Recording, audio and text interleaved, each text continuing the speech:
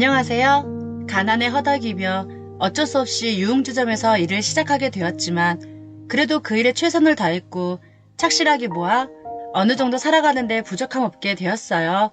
그래서 평범한 가정생활을 꾸릴 수 있다는 행복한 상상을 하며 한 남자를 만났는데 그 남자로 인해 미혼모가 되어 홀로 아이를 키우게 된 사연입니다. 사연 라디오에 자주 와서 재미있게 들으며 공감 가거나 화가 나거나 말도 안 되는 주작 같은 글도 많아서 댓글 쓰려고 하면 한 번씩 나쁜 댓글도 많더라고요. 제 글이 올라간다면 욕설이 많을 것 같은데 비록 나쁜 말은 살짝 넣어주시고 응원의 글을 부탁드립니다.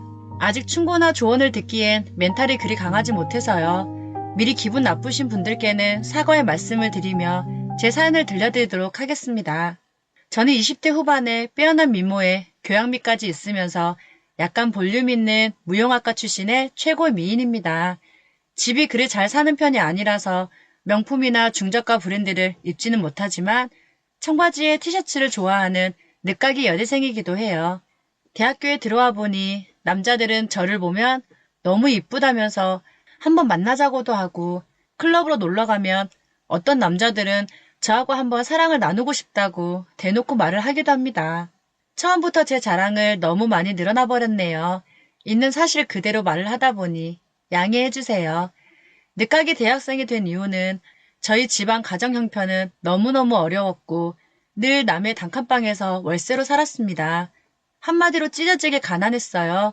아버지는 제가 7살 때 지병이 있어서 세상을 떠나버리시고 말았고 그런 아버지를 대신해 어머니는 저희 남매를 키우기 위해 식당일, 파출부, 게다가 추운 겨울에 붕어빵 파는 일까지 안 해본 일이 없을 정도였어요. 저는 그렇게 고생한 엄마를 도와야 했기 때문에 중학교 때부터 제가 할 수 있는 모든 아르바이트를 찾아서 했고 지금 생각해보면 제 나이 또래에 안 해본 아르바이트는 없었던 것 같아요. 그러면서 공부도 틈틈이 해나가게 되었고 엄마와 함께 일을 하며 돈을 모으다 보니 늦게나마 대학교를 가고 싶었습니다. 대학교를 가도 알바를 하며 제 용돈은 제가 벌었었고 학비도 보탰고 동생 용돈과 학비도 보탤 수 있었어요.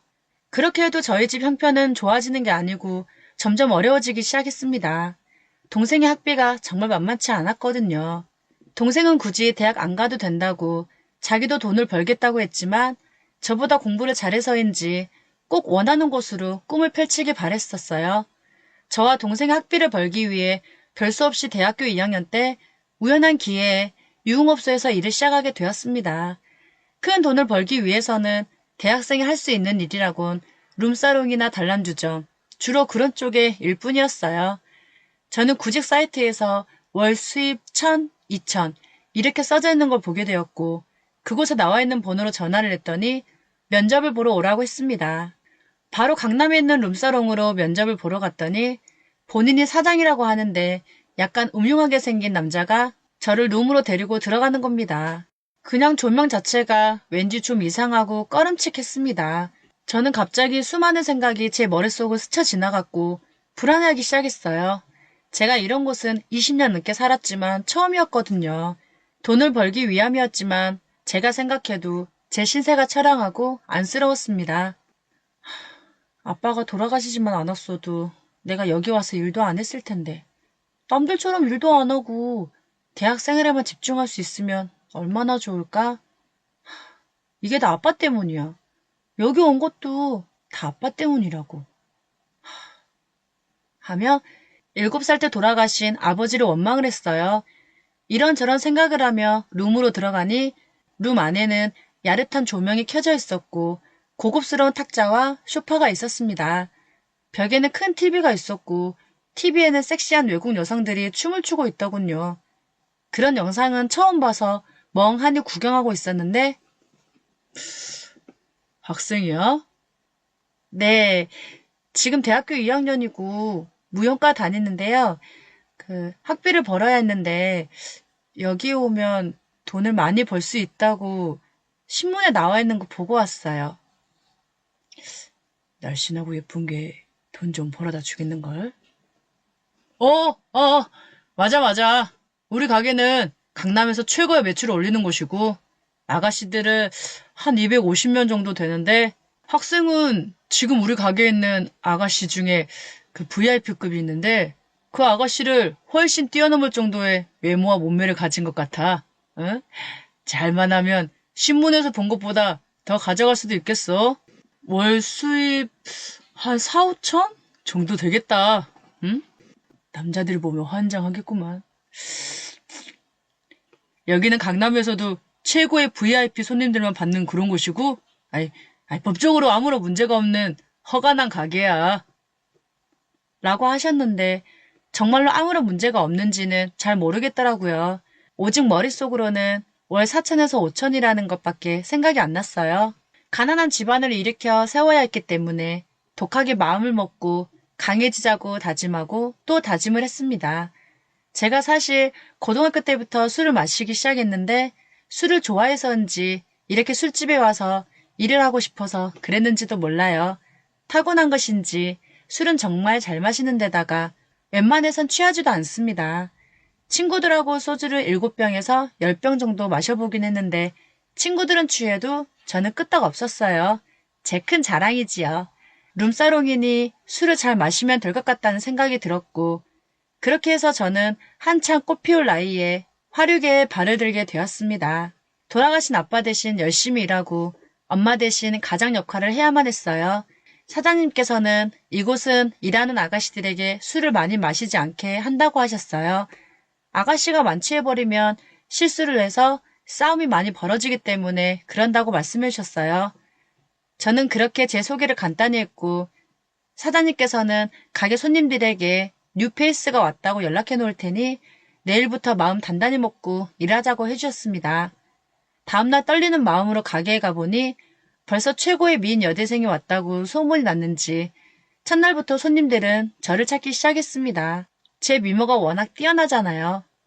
손님들이 저를 찾아서 저는 기분이 좋았는데 그곳에서 일하는 선배 언니들은 저를 이뻐해주지 않더군요. 제가 단숨에 최고가 되어버리니 질투가 이만저만이 아니었거든요. 사장 오빠가 마른 년이 너야? 얼굴이 이쁘게 생긴 건 인정하겠는데 너 첫날부터 싸가지 없이 술 먹어도 안 취하니까 술 먹어도 되는 방으로 배정해달라고 했다며? 와 미친. 땀 맞아도 눈 똑바로 치켜 세워서 쳐다보는 거 봐. 당돌한 년. 야 어디 우리들도 잘 안 가는 VIP 방으로 들어가려고 해. 어? 미쳤어? 어디서 주워들은 건 있어가지고 팁 많이 받는다는 거 보고 술 못 마시는데 가려고 하는 거지? 그치? 너 거기가 어딘 줄 알아? 술 취해서 난리 피우면 우리 밥줄이 끊긴단 말이야. 오늘 너 실수하면 내 손에 죽을 줄 알아. 알았어? 하며 텃세를 부리는데 그런가 보다 하고 무시하고 VIP 방으로 들어갔습니다. 역시나 술 잘 마시는 저를 다들 예뻐해 주셨고 저하고 한번 잠자리를 갖기 위해 애를 쓰는 게 보였어요. 다른 사람들은 팁을 40에서 50장 정도 받지만 저는 VIP 손님들에게 500 이상씩 받기도 했습니다. 어떤 VIP 손님은 저에게 1,000만 원짜리 수표를 주시기도 했어요. 그 돈은 공짜라면 좋았겠지만 다 2차까지 포함되는 그런 값이었습니다. 저는 이 VIP 손님의 등살에 간혹 호텔 방으로 가서 손님들의 요구를 들어주기도 했습니다. 다른 아가씨들은 명품 옷에 명품 구두에 그런 것들이 많이 치장을 했기 때문에 돈을 벌어도 마이너스라고 했습니다. 저는 제 자체가 명품이라는 생각으로 일을 했고 가난해서 탈출을 해야만 했기 때문에 명품 옷은 절대 입지 않았고 명품 가방도 사지 않았습니다. 저는 팁과 받은 돈들을 하나도 안 쓰고 그대로 엄마에게 드렸어요. 엄마는 한 푼도 쓰지 않고 저금을 하겠다고 하시며 도대체 어디서 이렇게 큰 돈을 몇백씩 벌어오는 거야? 어? 혹시 사기라도 당하고 있는 거 아니야? 어? 아님 너 사기치고 다니는 거 아니지? 하면서 엄청 걱정을 하시는 겁니다. 저는 엄마가 생각하는 그런 거 다 아니니까 걱정 말라고 안심시켜드렸습니다. 저는 그 가게에서 최고의 매상을 올렸고 팁도 최고로 많이 받았습니다. 어떤 VIP 손님은 너무 술에 취해서 저에게 몰래 2천만 원의 팁을 주기도 했어요. 나중에 알고 보니 그곳에서 팁을 제일 잘 주는 김 회장님이라고 하시더군요. 일한 지 3개월쯤 되었을 무렵 소문이 났는지 다른 가게에서 저에게 스카우트 제의가 들어왔습니다. 현재 받고 있는 급여의 2배를 주겠다고 하시더군요. 저는 하루라도 빨리 단칸방에서 나와 아파트에서 살고 싶었기 때문에 그곳으로 옮기게 되었어요. 제가 있었던 곳이 최고라고 생각했었는데 새로 옮긴 곳은 청담동 쪽이라 손님들 물이 너무 극과 극으로 달랐습니다. 손님들 중에서는 건설하시는 분도 계시고 큰 사업을 하고 계시는 분들도 많이 오시더군요. 그곳에서 저는 나이가 어리니 제일 막내였습니다. 하지만 이미 다른 곳에서 일을 하고 온 거기 때문에 허리 당당히 세워가며 일하기로 마음먹었어요. 텃세가 있긴 했지만 또 한 번 크게 싸운 뒤로는 다들 저한테 함부로 하지는 않았습니다. 이곳은 아가씨가 손님한테 빠져버리면 끝이에요. 그래서 저는 손님들이 개인적으로 만나자고 하면 절대 만난 적이 없었습니다. 제가 술집에서 일하지만 예쁘고 고급스럽게 생기다 보니 돈 많은 사장들이 저에게 추파를 많이 보내기 시작했습니다. 하지만 손님에게 빠지고 돈에 빠지면 안 될 것 같다는 생각으로 꾹 참아왔습니다. 낮에 잠을 자고 밤에 일하러 나가는 이런 생활이 매일 지속되다 보니 어느 날부터는 낮에도 잠이 안 오기 시작했어요. 그래서 수면제를 먹고 잠이 들기도 하고 때론 술을 먹고 잠이 드는 날도 많았습니다. 어쩔 수 없이 학교는 휴학하게 되었고 엄마는 아직도 제가 이런 일을 하는지 모르고 계십니다. 저는 제가 정해놓은 목표를 위해서 몸이 아파도 결근하지 않았어요. 사장 오빠는 저에게 정말 이쁜데 독이 잔뜩 오른 독종이라고 하더라고요. 제가 몸살이 나서 링게를 맞고 출근할 정도로 돈을 벌었으니까요. 다른 언니들은 술집에서 힘들게 번 돈으로 비싼 월세 아파트에 살고 외제차를 몰고 다니고 그러니 항상 빚에 허덕이는 게 보였습니다. 전 아까 말씀드렸다시피 돈을 벌기 위해 왔다고 했잖아요. 저는 쓸데없는 곳에 돈을 쓰지 않았어요. 그렇게 한 푼도 쓰지 않고 2년간 열심히 일을 했고 그 금액을 보기 위해 통장을 보니 7억 원이나 모아져 있었습니다. 엄마와 저는 그 돈을 가지고 경기도 시골 지역의 24평 아파트를 장만했습니다. 엄마는 고생했다면서 계약서를 작성하는 날 저를 붙들고 같이 하염없이 울었습니다. 저는 화류계 여자가 되었지만 그리고 직업에는 귀천이 없다고 하지만 사람들은 술집년이라고 하며 우습게 보는데 마음이 좋지만은 않았어요. 저는 그런 거 다 필요 없고 엄마와 동생만 바라보고 살아가거든요. 그렇게 세월이 흘러 제 나이는 27살이 되던 어느 날 휴학했던 대학교도 복학해야 했고 동생들도 졸업을 시켜야만 했고 결혼도 시켜야 했는데 언제까지 이런 일을 해야 할지 고민이 되는 겁니다. 저는 딱 1년만 더 하고 그만둘 생각이었는데 이미 이곳 생활에 물들어져 버려 그만두기 정말 너무 아까웠습니다. 제가 얼마나 독한지 한 달에 3, 4천은 벌었거든요. 그러던 어느 날 자주 오는 젊은 건설업을 하는 사장님을 만나게 되었습니다. 그 사람은 제 가게에 와서 술을 마시면서도 매너가 너무 좋았고 저에게 손잡는 것 외에는 절대 그 이상 하지 않았습니다. 한마디로 다정다감하고 따뜻하고 저에게 팁 외에 돈도 많이 주신 그런 분이셨어요. 그러다 보니 제가 밖에서 안 만난다고는 했지만 이 사장님만은 예외적으로 만났고 커피와 밥을 먹게 되었어요. 저는 이 남자를 어느 순간 사랑하게 되었고 그 남자 역시 저를 사랑하게 되었어요. 저희들은 술을 한잔하고 많은 이야기를 나누게 되었고 처음으로 그 남자를 따라 호텔로 들어가 뜨거운 사랑을 나누게 되었습니다.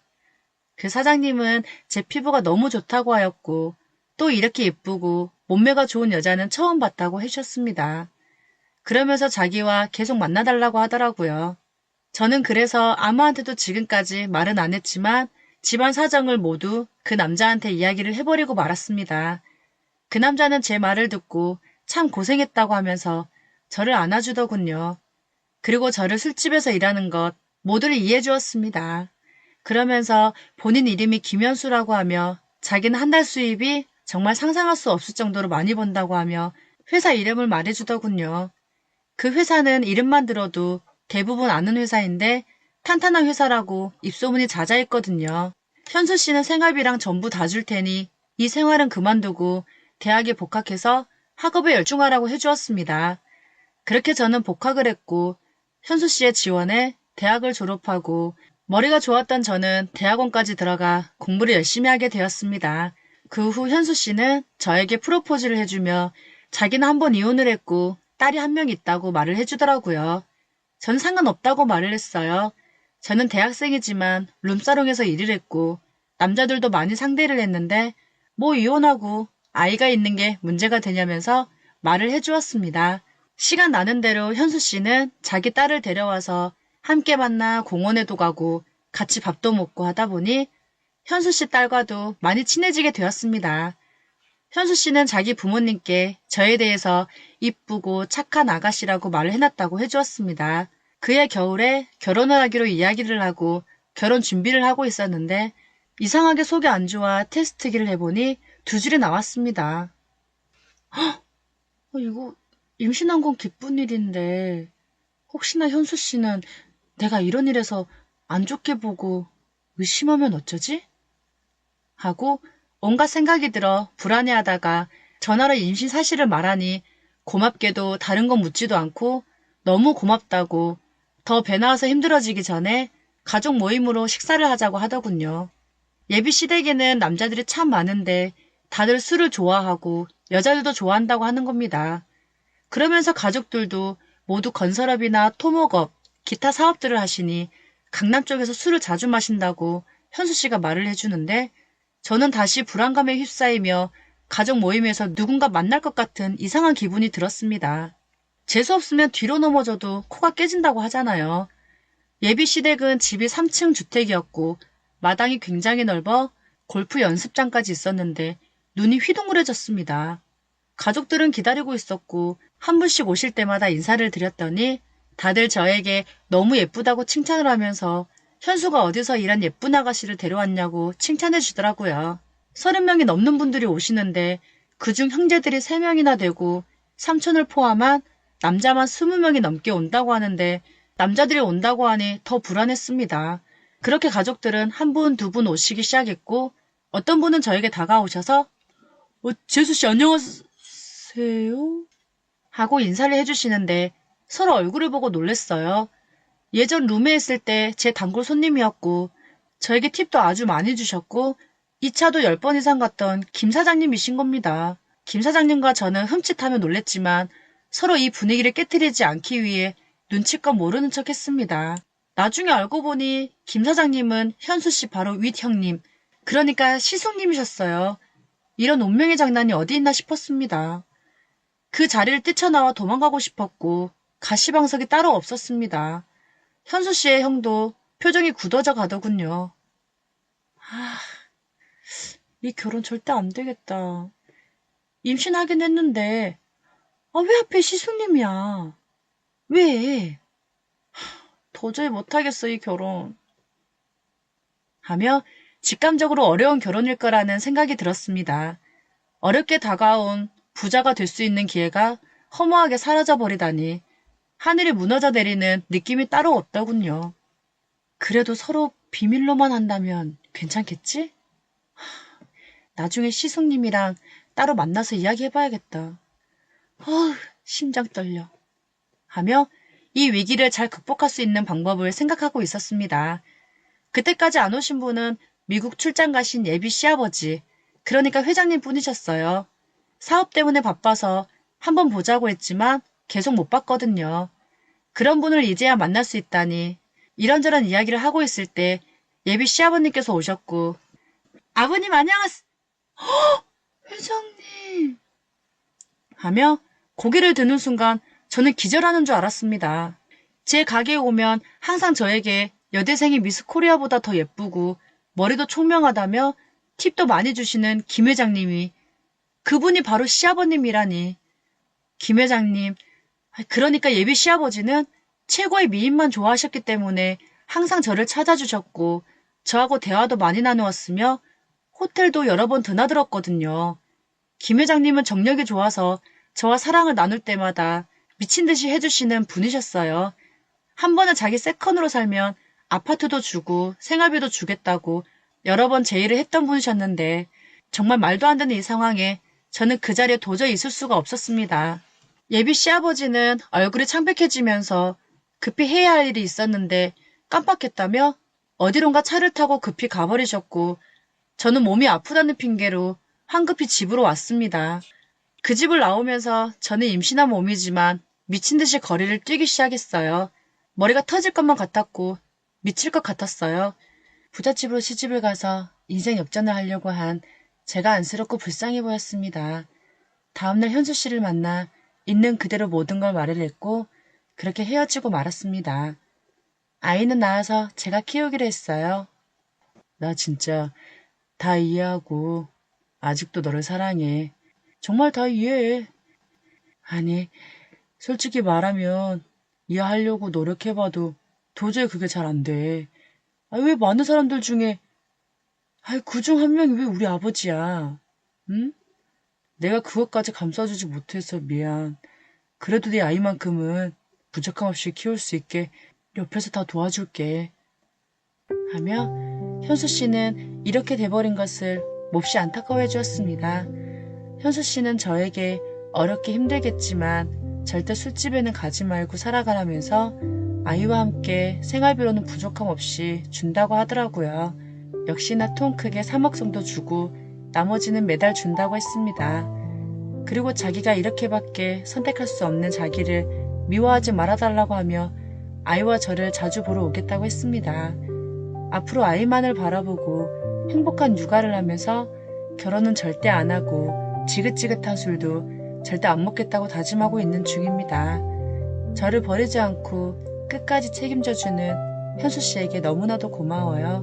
제 사연을 읽고 너그러운 마음으로 응원 부탁드립니다. 감사합니다. 재미있게